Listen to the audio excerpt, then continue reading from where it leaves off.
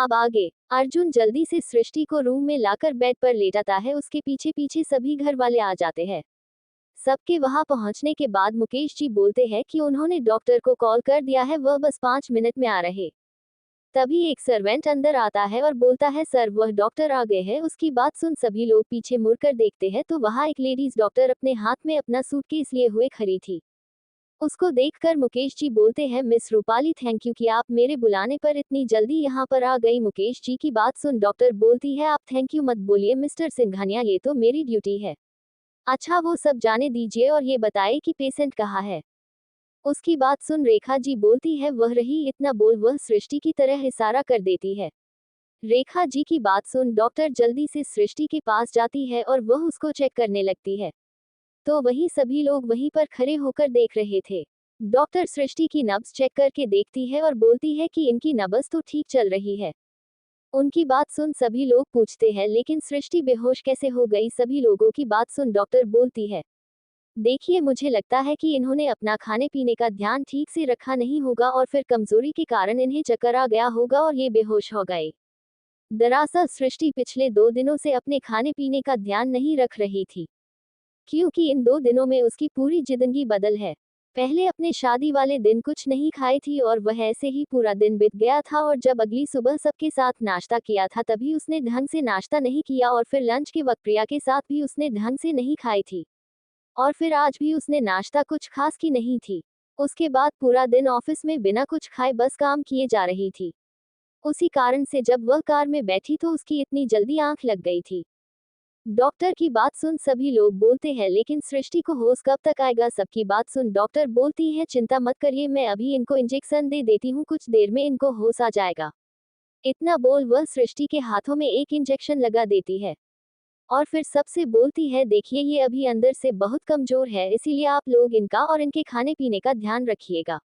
और हाँ, ये रही कुछ मेडिसिन, जब इनको होश आ जाए तब इन्हें कुछ खिलाकर इनको ये मेडिसिन दे दीजिएगा। उनकी बात सुन अर्जुन उनसे मेडिसिन ले लेता है। मुकेश जी सबसे बोलते, चलिए हम नीचे चलते हैं और सृष्टि को आराम करने देते हैं, और फिर अर्जुन से बोलते हैं, बेटा आप यहीं रुकिए, अगर सृष्टि को होश आता है तो उसे आपकी जरूरत होगी। मुकेश जी की बात सुन अर्जुन बोलता है, जी डैड आप फिक्र मत करिए, मैं यही हूँ, आप लोग जाइए। फिर सभी लोग नीचे चले जाते हैं। अब बस उस कमरे में अर्जुन ही बचा था। उसने सृष्टि को देखा जो कि इस वक्त बेहोश थी। उसने फिर एक गहरी सांस लिया और सोफे पर बैठकर अपना काम करने लगा। कुछ देर के बाद सृष्टि की आंखें घिरे घिरे खुलने लगी और उसने जब अपने आप को बेड पर लेटा हुआ देखा तो उसे कुछ समझ में नहीं आता है कि वह इस वक्त यहाँ कैसे पहुंची, और उसका सर इस वक्त बहुत दर्द कर रहा था और वह अपना सर पकड़ के बेड पर बैठ जाती है।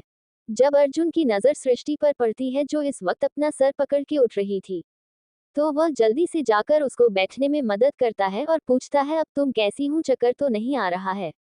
अर्जुन की बात सुन सृष्टि बोलती है, नहीं मैं ठीक हूँ, लेकिन मुझे हुआ क्या था और मैं यहाँ कैसे पहुंची।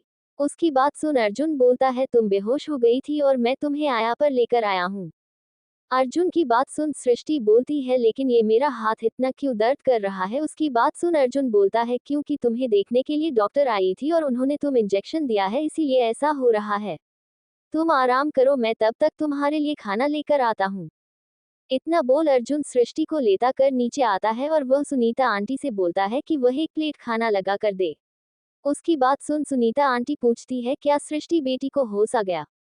सुनीता आंटी की बात सुन अर्जुन बोलता है, हाँ उसे होश आ गया है और उसी के लिए खाना लेने आया हूँ, आप जल्दी से एक प्लेट में खाना लेकर आइए। अर्जुन की बात सुन सुनीता आंटी जल्दी से एक प्लेट में खाना निकाल कर लाती है और अर्जुन को से देती है।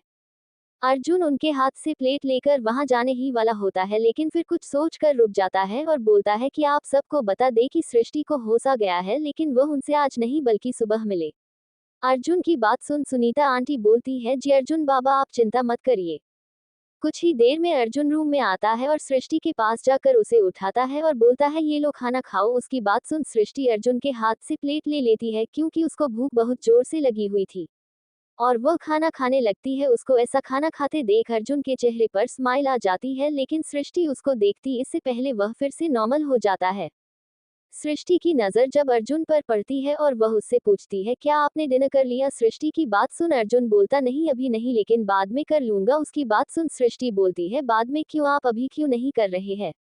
इतना बोल वह एक रोटी का निवाला अर्जुन की तरफ बढ़ाती है।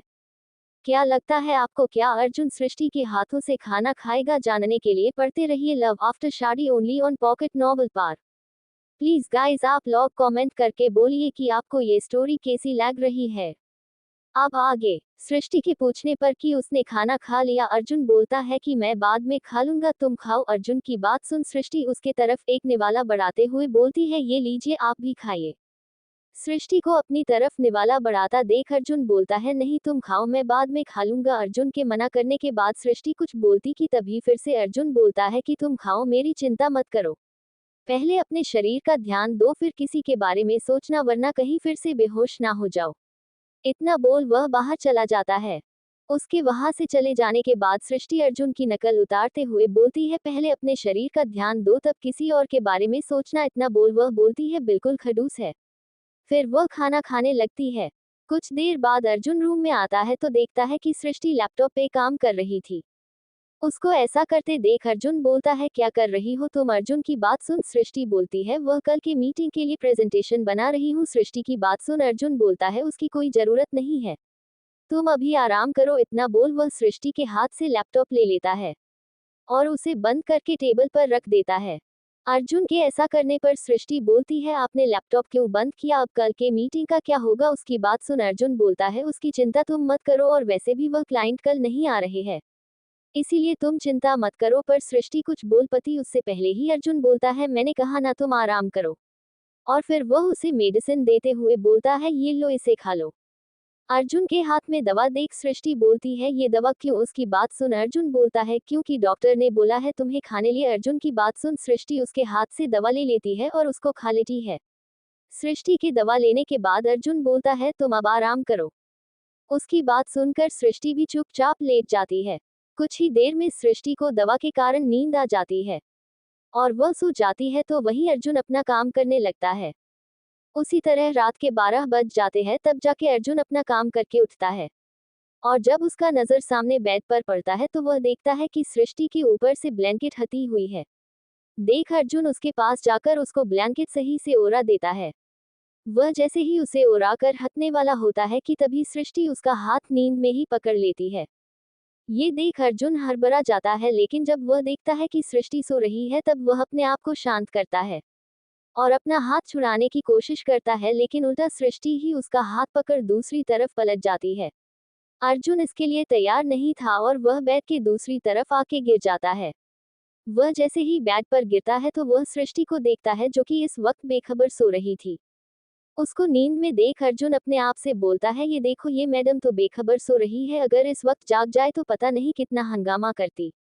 अर्जुन पूरी कोशिश करता है लेकिन वह अपना हाथ नहीं छोड़ा पाता है, टककर वह उसी तरह सो जाता है। अगली सुबह जब अर्जुन की आंख खुलती है तो देखता है कि वह इस वक्त बेड पर सोया हुआ है। वह अपने आप को बेड पर सोया देख खुद से पूछता है कि वह यहाँ बेड पर कैसे सो गया, और फिर वह कल रात के बारे में सोचता है। तब उसे पता चलता है कि वह अपना हाथ छुड़ा रहा था और फिर इतना याद आते ही उसकी नजर बगल में सो रही सृष्टि पर पड़ती है, जो इस वक्त उसके सीने पर अपना सर रखकर सो रही थी। उसको अपने सीने पर सर रखकर सोया देख अर्जुन बस सृष्टि के चेहरे को बड़े ध्यान से देखने लगता है। उसका दिल जोरों से धड़कने लगता है। वह पहली बार सृष्टि के इतने पास जो आया था, उसे भी नहीं पता था कि ये क्यों हो रहा है, और वह बस उसी तरह देखे जा रहा था। सृष्टि का चेहरा इस वक्त किसी खिले हुए फूल की तरह चमक रहा था, और जब उसी तरह अर्जुन की नजर उसके होठ पर पड़ती है, जिसे देख अर्जुन का गला सूखने लगता है। उसका मन इस वक्त बस सृष्टि के होठों को चूमने का कर रहा था।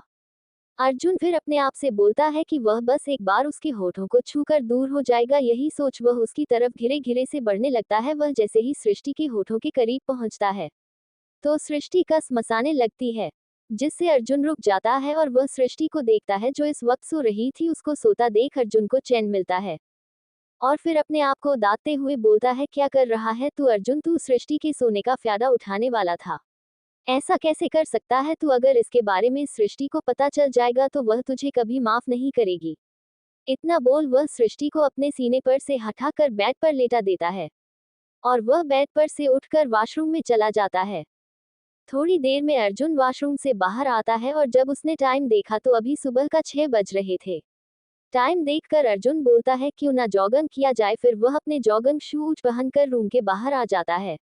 रूम से बाहर आने के बाद वह घर के पीछे गार्डन में चला जाता है।